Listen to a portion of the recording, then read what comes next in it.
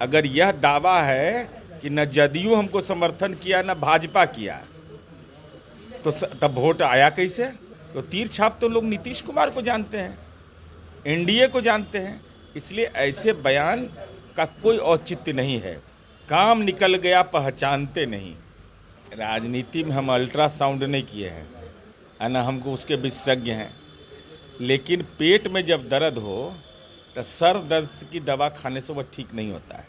या आप लोगों को तेजस्वी यादव से पूछना चाहिए कि माननीय देवेश चंद्र ठाकुर जी धोखेबाज कह रहे हैं लालू जी को अपरोक्ष रूप से।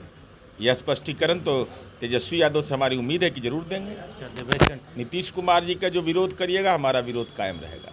नीतीश कुमार जी के साथ है तो साथ रहेगा। जदयू के सांसद देवेश चंद्र ठाकुर अपने ही पार्टी और अपने ही गठबंधन पर सवाल खड़ा किया है, क्योंकि लोकसभा चुनाव में आरोप लगाए हैं कि वो उनको न जदयू सपोर्ट किया न बीजेपी सपोर्ट किया है।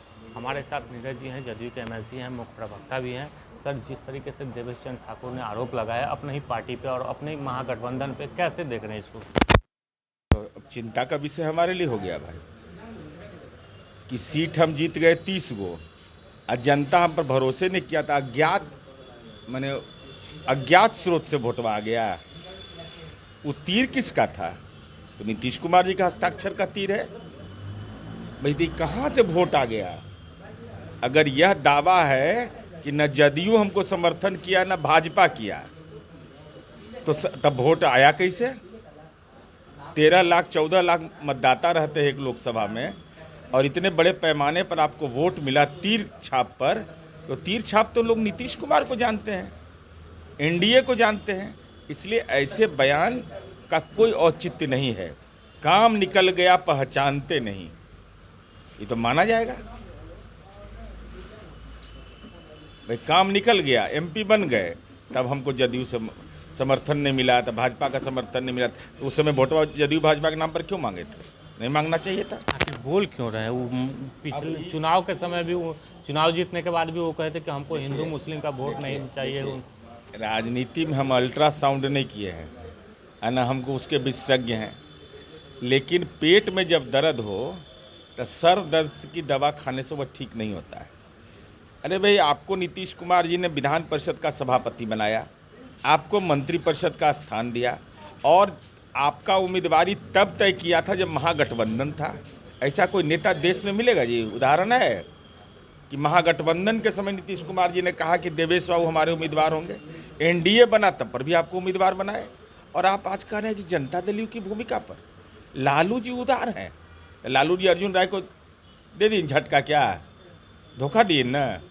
आप तो लालू जी को धोखेबाज कह रहे हैं। इसका मतलब या आप लोगों को तेजस्वी यादव से पूछना चाहिए कि माननीय देवेश चंद्र ठाकुर जी धोखेबाज कह रहे हैं लालू जी को अपरोक्ष रूप से।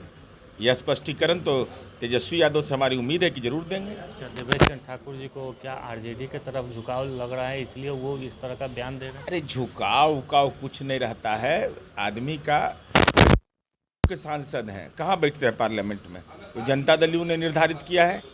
वोटिंग किसके लिए कर रहे हैं? विधेयक किसके पक्ष में दे रहे हैं? बाहर में कुछ, अंदर में कुछ। ऐसा राजनीति में नहीं चलना चाहिए। तो राष्ट्रीय अध्यक्ष से इसकी शिकायत करेंगे, पार्टी कार्रवाई करेगी इसमें? ये हमारे अधिकार में नहीं है। हम फ्रीलांसर हैं, हम नीतीश एकत्तु हैं। नीतीश कुमार जी का जो विरोध करिएगा, हमारा विरोध कायम रहेगा।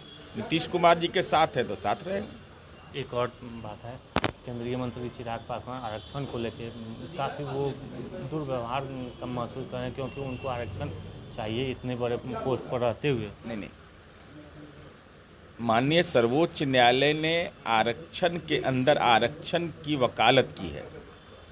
उन्होंने संविधान पीठ ने यह आदेश जारी किया है। अब इस न्यायिक आदेश में राज्यों को यह अधिकार दिया गया है, लेकिन उसमें शर्त दिया गया है कि राज्य भी डेटा को देख ले, जो उसका संख्या बल है।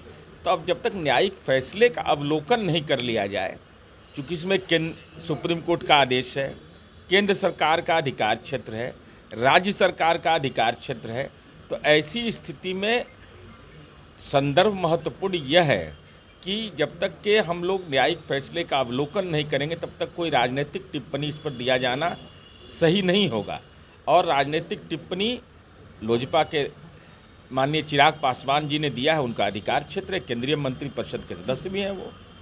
एक और सवाल है, राहुल गांधी हैं, उन्होंने आशंका व्यक्त किया है कि अब ईडी हम पर भी कार्रवाई करेगी। आशंका पर चल रहे हैं वो लोग। अब वो लालू जी से लगता है मिले थे, एम्स में गए थे ना लालू जी दिखवाने के लिए, तो लालू जी ज्योतिष हो गए हैं। आजकल लालू जी कहे कि अगस्त महीना में केंद्र की सरकार गिर जाएगी। अब अगस्त महीना तो देख लीजिए गिरेगी कि नहीं। तो लालू जी ज्योतिष हो गए, लेकिन ज्योतिष तो दूसरे रूप के हैं।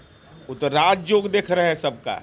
अकेले में कहा जा रहा है कुछ दान पात्र में डालो, यही हो रहा होगा। अब राहुल गांधी जी भी लालू जी के चक्कर में पड़ गए कि आशंका है। अरे निर्भीक रहिए, निर्भय रहिए। अगर हमने गलत नहीं किया तो हमको ईडी क्या करेगा, सीबीआई क्या करेगा। अगर हम गलत हैं तो ईडी सीबीआई के चक्कर में पड़ेंगे। इसलिए देश के संविधान पर भरोसा करिए, देश के कानून पर भरोसा करिए। तो ये थे नीरज कुमार, इन्होंने साफ तौर पर देवेश चंद्र ठाकुर को मुंहतोड़ जवाब दिया और कहा है कि जो पार्टी से बगावत करेगी उनका हम मुंहतोड़ जवाब देंगे। यानी जिस समय वो लोकसभा चुनाव लड़ रहे थे उस समय उनको जदयू ने सीट दिया, क्योंकि उस समय एनडीए गठबंधन थी और नीतीश कुमार बीजेपी से सीट लेके उनको वोट करने के लिए दिया था। लेकिन अब वो इस तरह का बगावत कर रहे हैं तो ये बर्दाश्त से बाहर का चीज़ है। आलोक कुमार, 10वीं, पटना।